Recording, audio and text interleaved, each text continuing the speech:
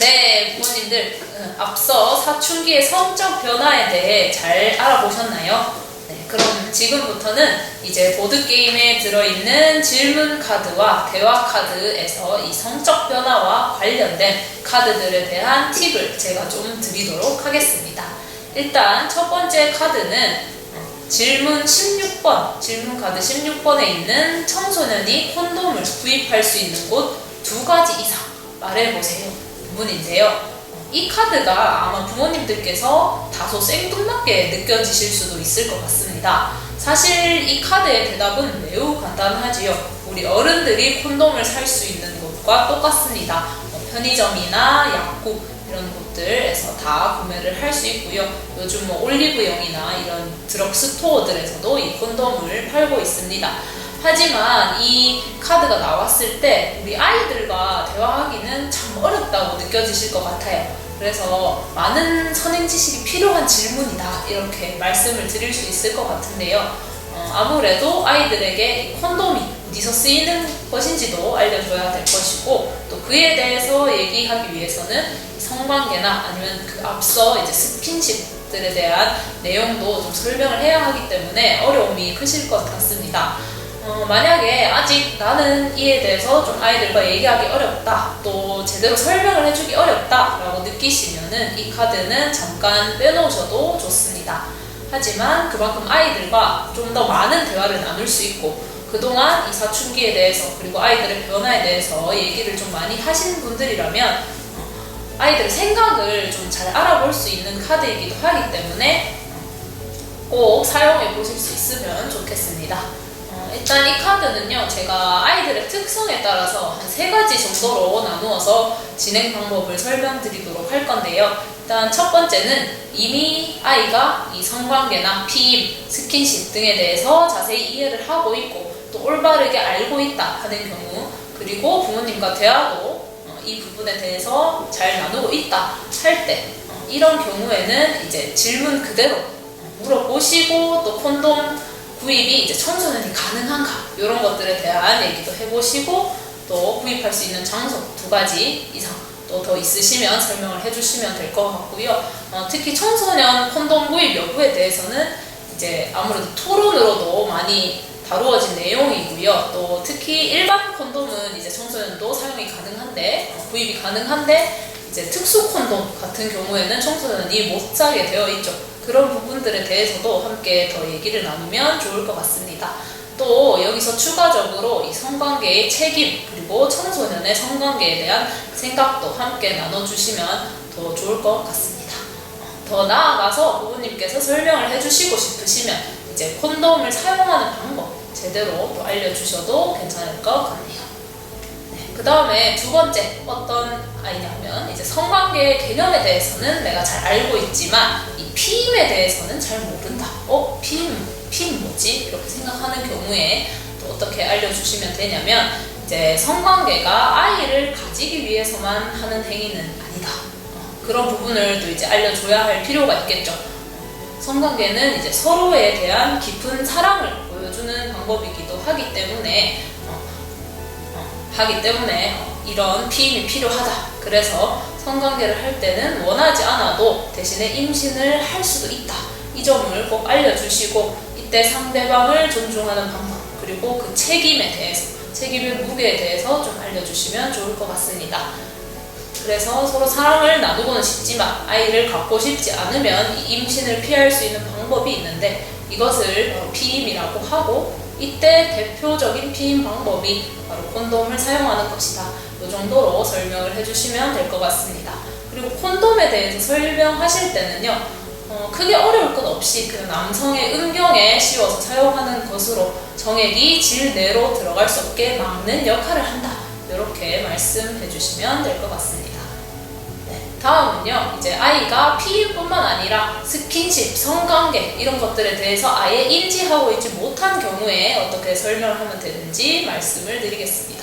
이 경우에는요, 일단 생명의 탄생, 난자가 정자를 만나는 과정 이런 것부터 모르고 있다면 차례대로 설명을 해주시고, 부모님의 입장에서는 사실 그 생명의 탄생 부분까지는 말씀을 잘 해주시는데 이 성관계로 넘어갈 때까지 설명하는 경우에는 매우 어려움을 느끼는 경우가 많으시죠. 그래서 이걸 설명해주면 아이가 원래 몰랐는데 괜히 알아가지고 궁금해하고 또 해보고 싶어하고 이렇게 관심을 가지지 않을까 우려를 많이 하시는 것 같습니다. 하지만 한편으로는 우리의 탄생 과정의 일부기도 하고 잘못된 지식이나 인식을 어디서 설명받지 않고 알게 될 경우에는 부정적인 영향을 미칠 수도 있죠. 오히려 그래서 부모님 선에서 오히려 더 자세한 설명을 해주시고 올바른 내용을 알려주시는 게 긍정적인 교육 효과로 나타날 것 같습니다. 이 정도로 이렇게 3개로 나누어서 설명을 드렸고 아직 어려우시면 넣어두셔도 괜찮습니다. 다음은 이제 질문 카드 17번인데요. 이제 17번의 내용은 여자는 자위를 하지 않는다 입니다. 자위는 일단 일반적으로 나의 몸, 특히 이제 성기를 스스로 자극하여 성적 쾌락을 얻는 행위다 이렇게 말씀을 많이 하시는데 사실은 이 생식기뿐만 아니라 내 몸 전체의 감각을 느끼면서 이제 쾌락을 얻는 행위다 이렇게 보실 수 있겠습니다. 그런데 이 자위가 사실은 내 몸의 감각을 탐색하는 일이니까 아주 자연스러운 일이라고 생각하면 됩니다. 근데 생각보다 또 많은 사람들이 이 여자는 자위를 하지 않을 것이다 이렇게 생각하곤 하죠. 선생님이나 부모님들도 보시면 남자아이들의 자위에 대해서는 어떻게 교육할까 이렇게 고민도 많이 하시고 우리 아이가 하는 것 같다 이렇게 생각을 하시는데 이 여자아이들의 자위에 대해서는 아예 생각조차 하지 않으시는 경우도 많습니다. 그게 왜냐하면 그동안 자위에 대해서도 우리가 조금 저급하다 이런 거는 뭐 알리면 안 된다 이런 인식들이 있었고 특히 여성의 자위에 대해서 좀 불결하고 저급하다는 통념이 사회에 좀 만연했었죠. 그래서인 것 같고요. 그다음에 특히 예전에는 그런 말도 있었습니다. 여성이 자위를 하면 처녀막이 손상되어 피가 난다. 뭐 그런 말도 있긴 했는데 그거는 완전히 잘못된 이야기입니다. 이 흔히 처녀막이라고 우리가 불러온 기간은요. 요즘 또 시대가 바뀌어가지고 많이 들어보셨겠지만 이 처녀막이라고 부르지 않고 요즘 뭐 질주름, 질막 이렇게 부른다고 말이 많이 나왔었죠. 왜냐하면 이 처녀막이라는 단어 자체에 들어있는 의미가 굉장히 많은 편견을 불러일으킬 수 있는 단어이기 때문입니다. 그리고 이 대부분의 여성은 이 질막이 완전히 막힌 형태가 아니라 주름처럼 좀 유동적인 형태를 가지고 있습니다. 그래서 이렇게 좀 잘못된 인식들이 여성이 성에 대해서 죄책감을 느끼고 좀 소극적인 자세를 취하도록 만들지 않았나 이렇게 생각이 드네요. 여성도 그래서 남자와 마찬가지로 성욕을 가지고 있고 또 자위를 할 수 있고 그것은 매우 자연스러운 일이라는 점 그렇게 알려주시면 될 것 같습니다. 사실은 아이들뿐만 아니라 부모님도 그렇게 생각을 할 수 있도록 인식을 많이 변화시켜야 하는 부분도 있겠죠. 그리고 남성이 자위를 해서 사정을 하는 것처럼 여성도 자위를 통해 성적으로 흥분하면 질 주위에서 분비액이 증가하여 이제 음순 부분까지 분비물이 흐를 수 있습니다. 이런 것들 잘 모르고 있어요. 왜냐하면 남성은 이제 정액이 나온다 흔히 알고 있는데 이 여성도 이 비슷한 분비물이 있다는 것에 대해서는 우리가 잘 모르는 경우가 많습니다. 그래서 이제 이 질문 카드 17번에서는 잘못 알려진 이 성적 통념들에 대해서 바로 잡아주는 동시에 이 자위가 무엇인지 그리고 또 건강한 자위 방법과 에티켓에 대해서 좀 더 설명을 해주시면 좋을 것 같습니다. 네, 그리고 다음 카드는 대화 카드 6번 사춘기에 자위를 하는 것은 나쁜 것인가? 라는 카드고요. 앞서 자위에 대해서 좀 제가 설명을 드렸었는데 사춘기의 자위에 대해서 부모님들이 혹시 더 설명하기 싫어서 아니면 좀 내가 설명하기 부담스러워서 이 자위는 나쁜 거야 하면 안 돼 이렇게 말씀하시는 부모님도 혹시 있으시진 않을까요? 때로 자위를 하면 영양 결핍에 이른다 그리고 키가 자라지 않는다 좋지 않은 영향을 미친다 이렇게 얘기하시는 분들이 많은데 사실은 이 자위라는 행위 자체가 부정적인 영향을 미친다는 근거는 없고요. 그리고 사춘기에는 성에 대해서 호기심이 아무래도 증폭하는 시기고 이제 급성장하는 시기다 보니 호르몬의 변화로 인해서 이제 다양한 몸과 마음의 변화를 겪게 되죠. 그래서 사춘기에는 자기 몸의 신체 변화도 궁금해지고 또 자기 몸의 감각을 탐색하고 싶어지기도 하죠. 그래서 이런 자위와 같은 행위는 사실 당연한 것입니다. 물론 안 하는 사람도 있겠지만요. 유아 시기에도 우리가 자기 몸이 신기해서 여기저기 만져보고 탐색하면서 성장을 해왔잖아요. 그래서 자위도 이와 비슷하게 사춘기에 겪을 수 있는 하나의 과정이고 커가는 몸을 탐색하는 하나의 방법이다. 이렇게 생각하시면 좀 더 편해지실 것 같습니다. 그렇기 때문에 무조건 이 자위가 안 된다, 나쁘다 라고 얘기하시기보다는 자위가 어떤 것인지 제대로 알려주시고 물론 이 자위는 자신의 선택이고 다른 사람이 한다고 해서 따라하거나 꼭 해야 하는 것은 아닙니다. 또한 그리고 여기서 또 중요한 점은 다른 정서적인 스트레스나 아니면 심리적인 문제를 이 자위로서 해소하면 안 된다. 그런 점들 주의할 점 알려주시고 이때 아이의 스트레스는 어떻게 해소하고 있는지 그 방법에 대해서 같이 나눠보면 좀 더 대화하는 데 도움이 될 것 같네요. 그리고 여기서 좀 더 얘기해 주시면 좋은 점은 이제 자위를 제대로 할 수 있는, 건강하게 할 수 있는 방법과 그 에티켓에 대한 부분 꼭 말씀을 해 주시기 바랍니다. 자위를 하니까 뭐 그래 당연하다 여기까지는 괜찮게 생각을 하시는데 그 이상 잘 알려주시는 경우가 많이 없어요.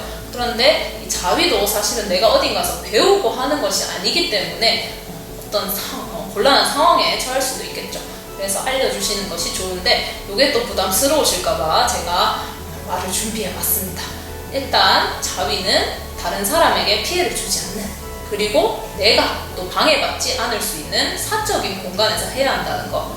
그리고 이 세균 감염의 위험이 있을 수 있습니다. 왜냐하면 내 손으로 하는 거다 보니까 사실 손에 제일 세균이 많다고 하죠.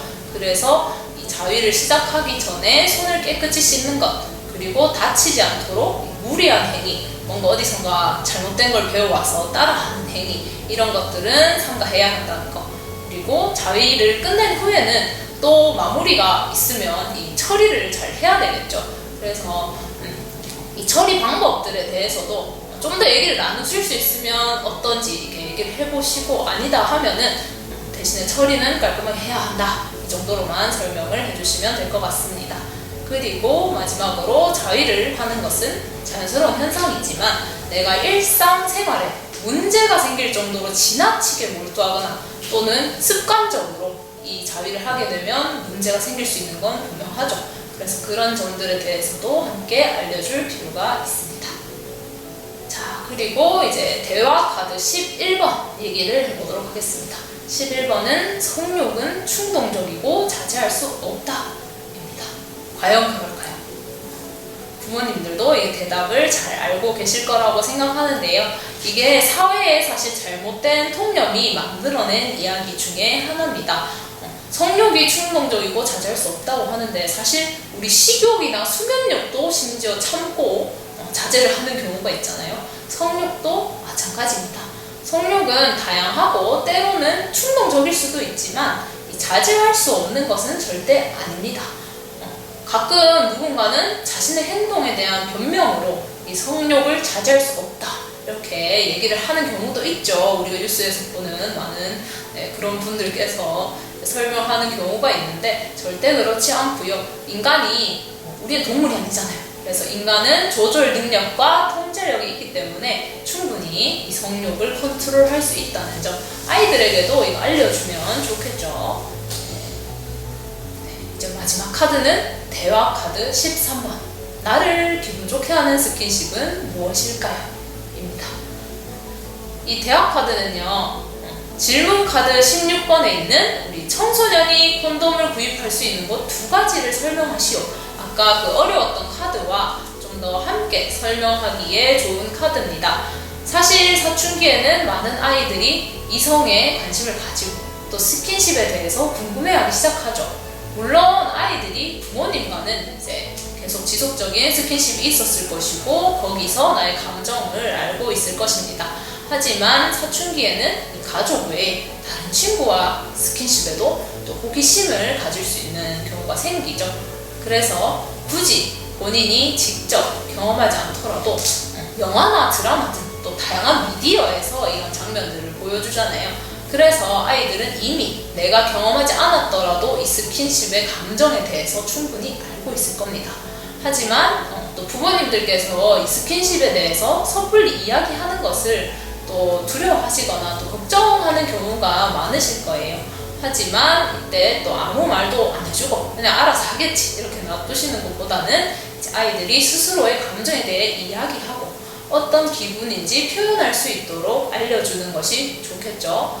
그런데 우리가 아까 아이들이 이 스킨십으로부터 내가 어떤 느낌인지 알 수 있다고 했지만 사실 똑같은 스킨십을 하더라도 아이들이 항상 똑같은 감정을 느끼는 것은 아닙니다. 우리도 사실 그렇잖아요. 왜냐면 누가 이제 우리 가족이 나를 집에 다녀와서 안아준다 하면 뭔가 포근하고 기분 좋은 느낌이 들지만 만약에 예전에 부모님이 술에 취해 들어와서 우리 딸, 우리 아들 한번 안아보자 하고 안았을 때는 또 기분이 다르잖아요. 뭔가 이제는 안고 싶지 않고 그런 느낌. 그래서 이 상황과 또 상대방이 누구냐에 따라 느낌과 감정이 또 바뀔 수 있는 것이 사실 스킨십입니다. 그래서 본인이 느낄 때 그렇게 느낀다, 이 느낌이 달라진다 라는 것을 깨달으면 사실 상대방에게 다른 사람이 내가 스킨십을 할 때 어떤 느낌과 감정인지도 알 수 있게 되겠죠. 그래서 여기서 중요한 포인트는 이 스킨십에 배려와 존중이 항상 포함되어야 한다는 점입니다. 그리고 본인이 느낄 때도 뭔가 불쾌한 감정이나 안 좋은 느낌이 든다 했을 때는 또 충분히 내가 거절해도 괜찮다라는 점, 그런 점들을 또 짚어서 얘기를 해주시면 좋겠습니다. 네. 지금까지 이 사춘기의 성적 변화에 대한 이 카드들 얘기를 해봤는데요. 네. 잘 또 설명을 들으시고 이걸 잘 적용하셔서